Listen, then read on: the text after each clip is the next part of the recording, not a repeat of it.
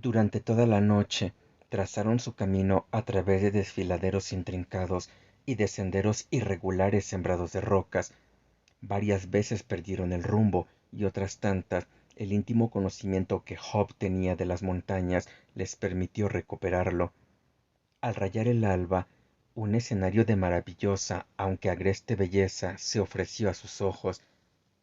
Cerrando el contorno todo del espacio, se elevaban los altos picos coronados de nieve, cabalgados los unos sobre los otros en actitud de vigías que escrutan el horizonte.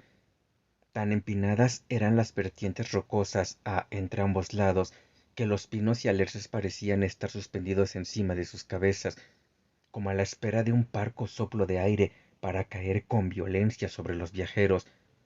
Y no era la sensación meramente ilusoria, pues se hallaba aquella olla pelada salpicada en toda su extensión por peñas y árboles que hasta ahí habían llegado de semejante manera. Justo a su paso, una gran roca se precipitó de lo alto con un estrépito sordo que despertó ecos en las cañadas silenciosas e imprimió a los cansinos caballos un galope alocado.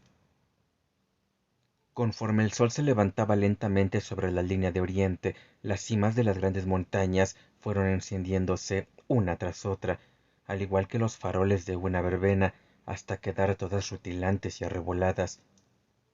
El espectáculo magnífico alegró los corazones de los tres fugitivos y les infundió nuevos ánimos. Detuvieron la marcha junto a un torrente que con ímpetu surgía de un barranco y abrevaron a los caballos mientras daban rápida cuenta de su desayuno. Lucy y su padre habrían prolongado con gusto ese tiempo de tregua, pero Jefferson Hobb se mostró inflexible. Ya estarán sobre nuestra pista, dijo. Todo depende de nuestra velocidad. Una vez salvos en Carson, podremos descansar el resto de nuestras vidas. Durante el día entero se abrieron camino a través de los desfiladeros, habiéndose distanciado al atardecer, según sus cálculos, más de 30 millas de sus enemigos. A la noche establecieron el campamento al pie de un risco saledizo, medianamente protegido por las rocas del viento álgido, y allí, apretados para darse calor, disfrutaron de unas pocas horas de sueño.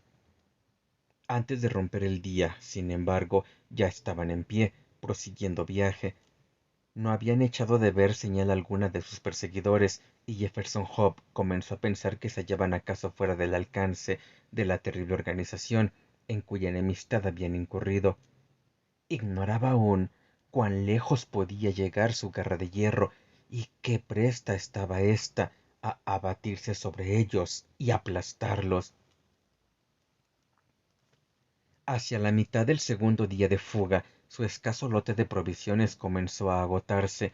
No inquietó ello, sin embargo, en demasía al cazador, pues abundaban las piezas por aquellos parajes, y no una, sino muchas veces se había visto en la precisión de recurrir a su rifle para satisfacer las necesidades elementales de la vida. Tras elegir un rincón abrigado, juntó unas cuantas ramas secas y produjo una brillante hoguera en la que pudieran encontrar algún confortamiento sus amigos. Se encontraban a casi 5000 pies de altura y el aire era helado y cortante. Después de atar los caballos y despedirse de Lucy, se echó el rifle sobre la espalda y salió en busca de lo que la suerte quisiera dispensarle. Volviendo la cabeza atrás, vio al anciano y a la joven acurrucados junto al brillante fuego, con las tres caballerías recortándose inmóviles sobre el fondo. A continuación, las rocas se interpusieron entre el grupo y su mirada. Caminó un par de millas de un barranco a otro sin mayor éxito, aunque, por las marcas en las cortezas de los árboles y otros indicios, cogió la presencia de numerosos osos en la zona. Al fin, tras 2 o 3 horas de búsqueda infructuosa, y cuando desanimado se disponía a dar marcha atrás, vio, echando la vista a lo alto, un espectáculo que le hizo estremecer de alegría. En el borde de una roca voladiza, a 300 o 400 pies sobre su cabeza, afirmaba sobre el suelo las pezuñas una criatura de apariencia vagamente semejante a la de una cabra, aunque armada de un par de descomunales cuernos.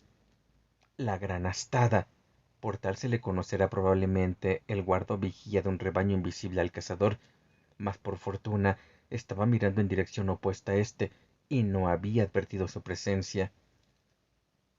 Puesto de bruces, descansó el rifle sobre una roca y enfiló largamente y con firme pulso la diana antes de apretar el gatillo. El animal dio un respingo, se tambaleó un instante a orillas del precipicio y se desplomó al cabo, valle abajo. Pesaba en exceso la res para ser llevada a cuestas, de modo que el cazador optó por desmembrar una pierna y parte del costado. Con este trofeo terciado sobre uno de los hombros, se dio prisa a desandar lo andado, ya que comenzaba a caer la tarde. Apenas puesto en marcha, sin embargo, advirtió que se hallaba en un trance difícil. Llevado de su premura, había ido mucho más allá de los barrancos conocidos, resultándole ahora difícil encontrar el camino de vuelta. El valle donde estaba tendía a dividirse y subdividirse en numerosas cañadas, tan semejantes que se hacía imposible distinguirlas entre sí.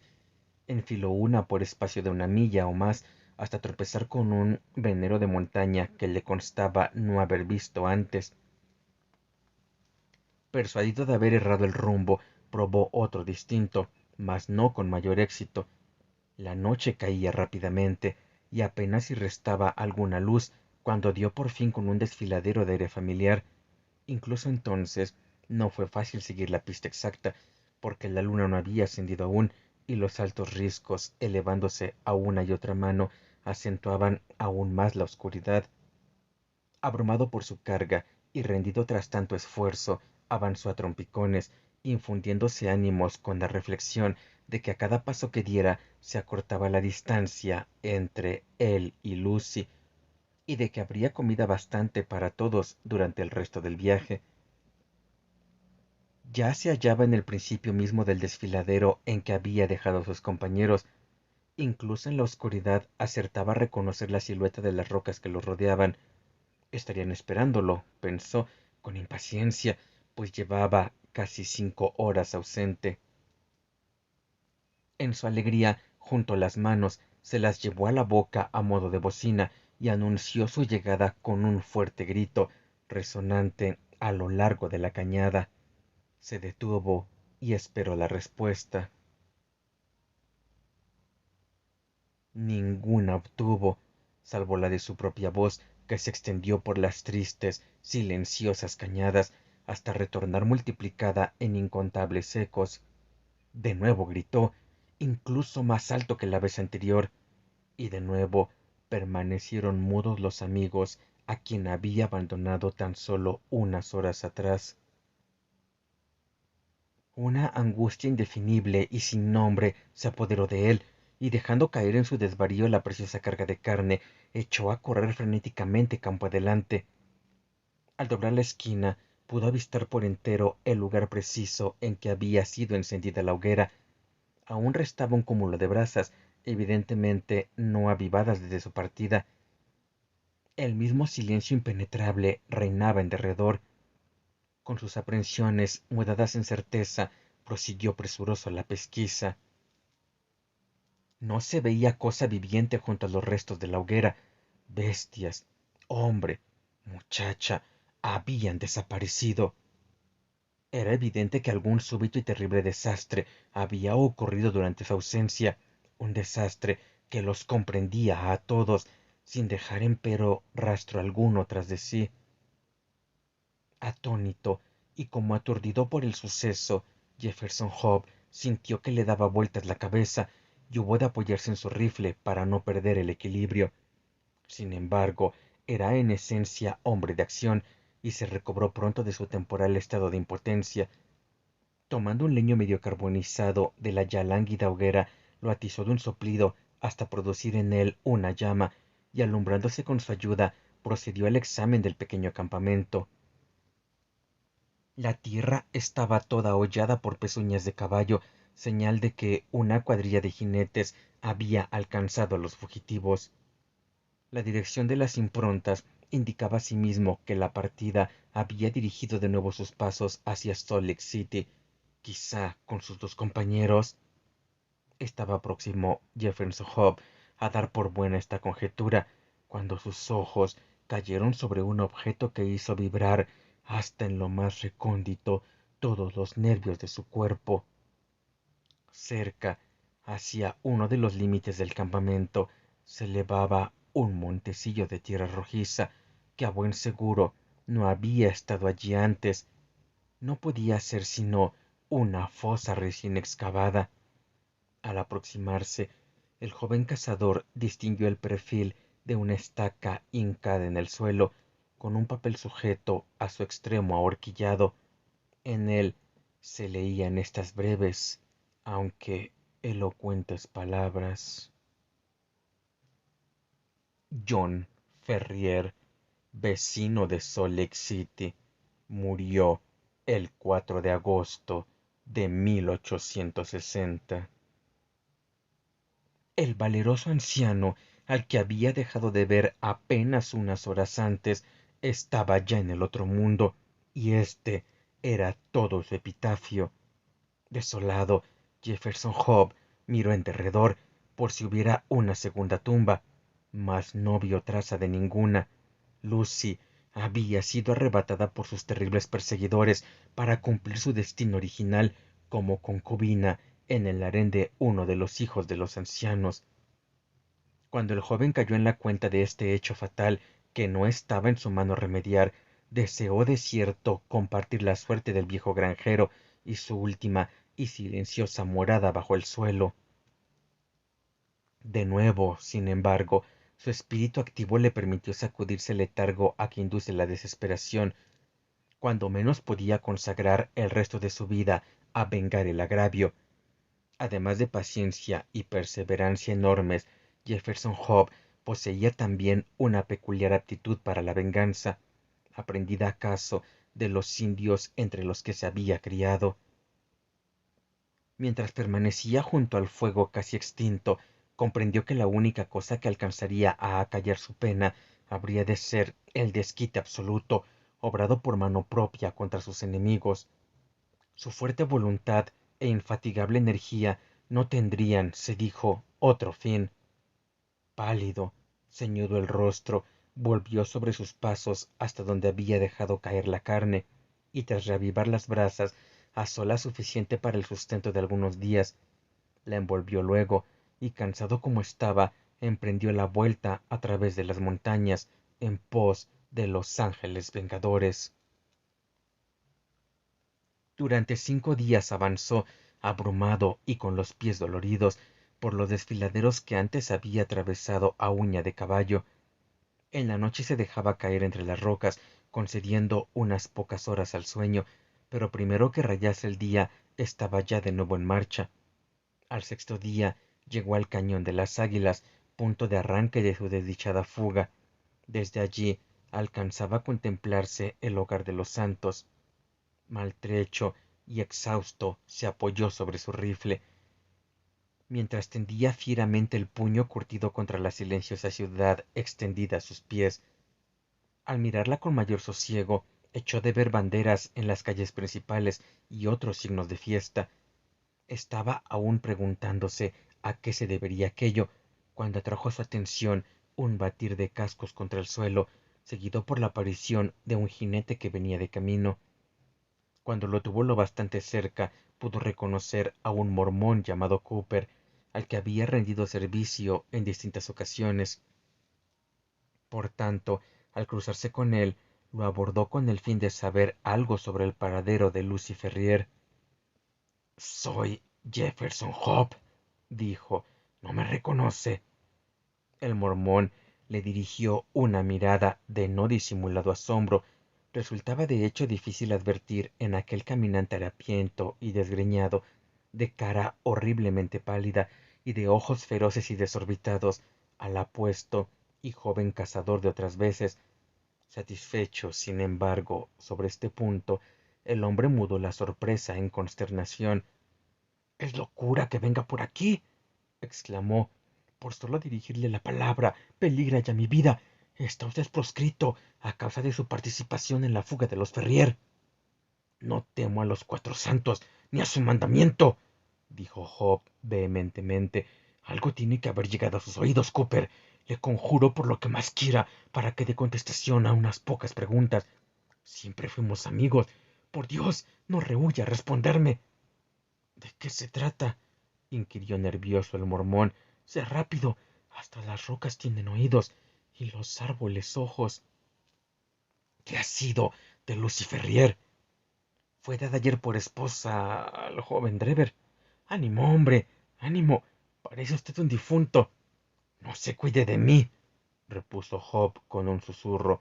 Estaba mortalmente pálido y se había dejado caer al pie del peñasco que antes le servía de apoyo. De modo que se ha casado.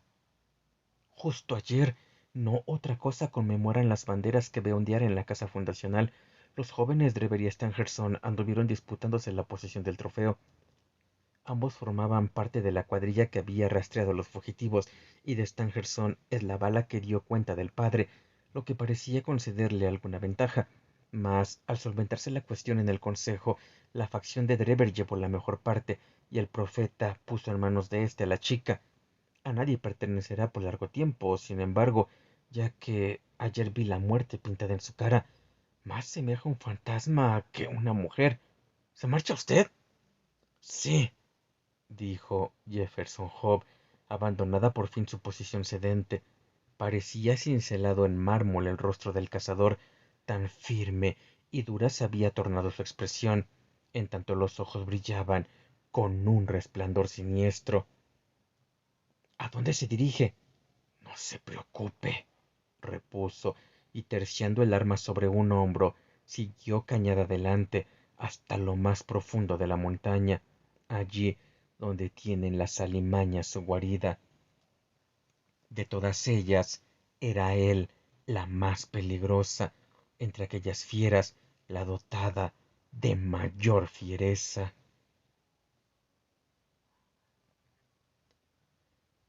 La predicción del mormón se cumplió con macabra exactitud, bien impresionada por la aparatosa muerte de su padre, bien a resultas del odio matrimonial al que se había visto forzada.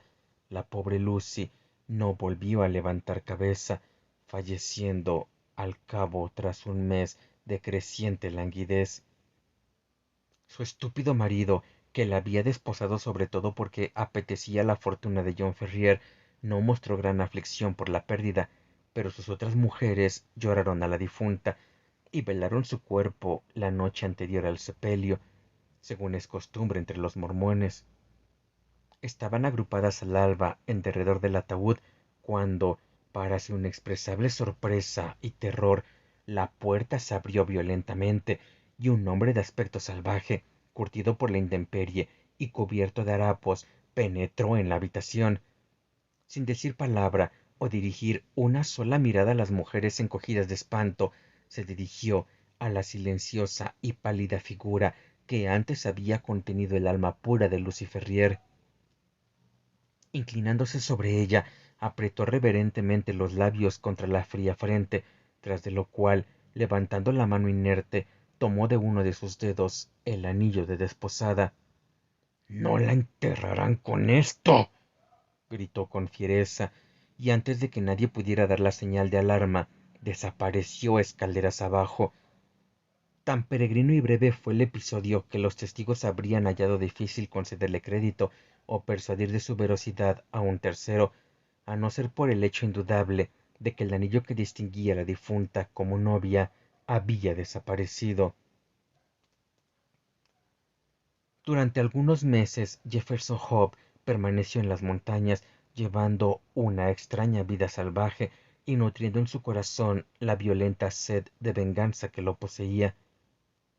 En la ciudad se referían historias sobre una fantástica figura que merodeaba por los alrededores y que tenía su morada en las solitarias cañadas montañosas. En cierta ocasión, una bala atravesó silbando la ventana de Stangerson y fue a estamparse contra la pared a menos de 1 metro del mormón. Otra vez, cuando pasaba Drever junto a un crestón, se precipitó sobre él una gran peña, que le hubiera causado muerte terrible a no tener la presteza de arrojarse de bruces hacia un lado. Los dos jóvenes mormones descubrieron pronto la causa de estos atentados contra sus vidas y encabezaron varias expediciones por las montañas con el propósito de capturar o dar muerte a su enemigo, siempre sin éxito. Entonces decidieron no salir nunca solos o después de anochecido y pusieron guardia a sus casas. Transcurrido un tiempo, ya no le fue necesario mantener estas medidas, pues había desaparecido todo rastro de su oponente, en el que terminaron por creer acallado el deseo de venganza. Por el contrario, éste, si cabe, se adueñaba cada vez más del cazador. Su espíritu estaba formado de una materia dura e inflexible, habiendo hecho hasta tal punto presa en él la idea dominante del desquite, que apenas quedaba espacio para otros sentimientos. Aun así, era aquel hombre, sobre todas las cosas, práctico. Comprendió pronto que ni siquiera su constitución de hierro podría resistir la presión constante a la que le estaba sometiendo.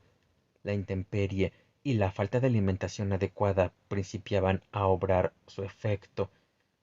Caso de que muriese como un perro en aquellas montañas, ¿qué sería de su venganza?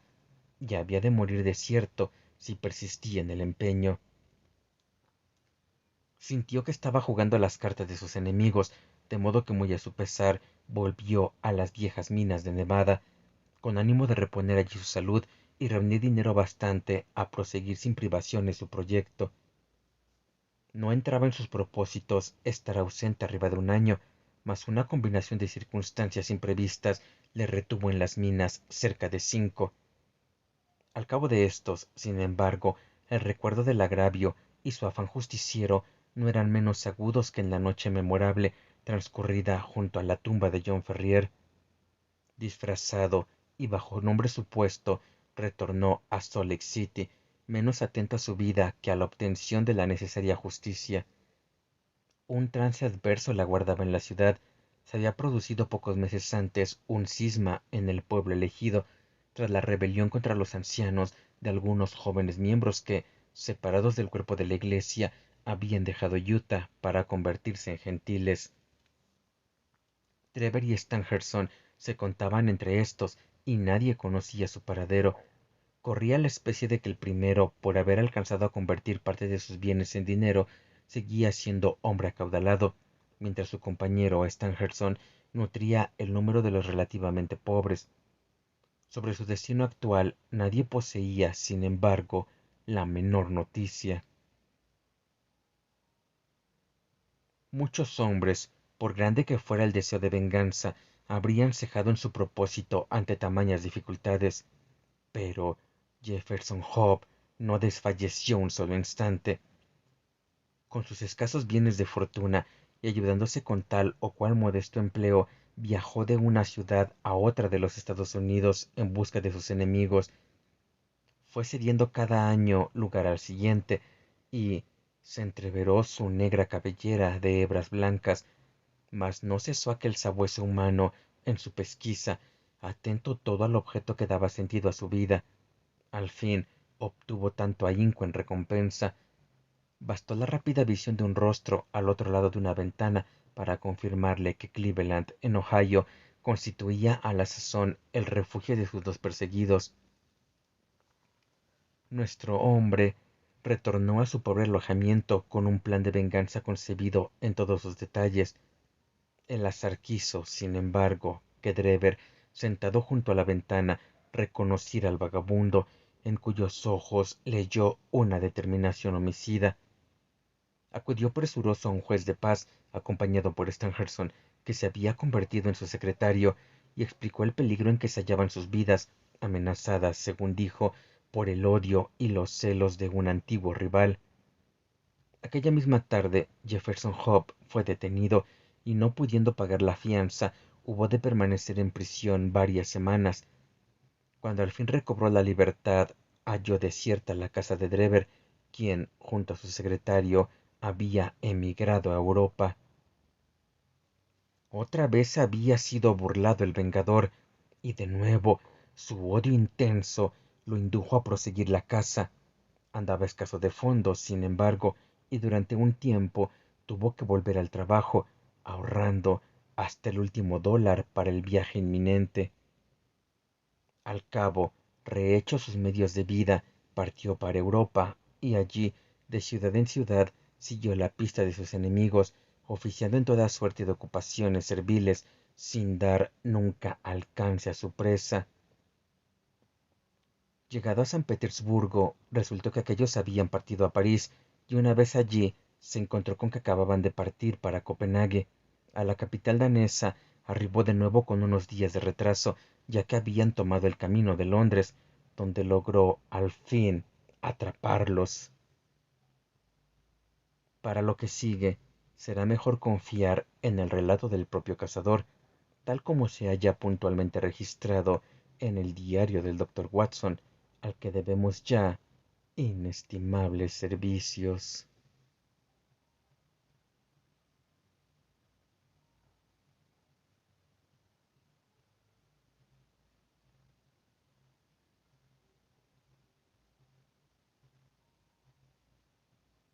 Capítulo 5.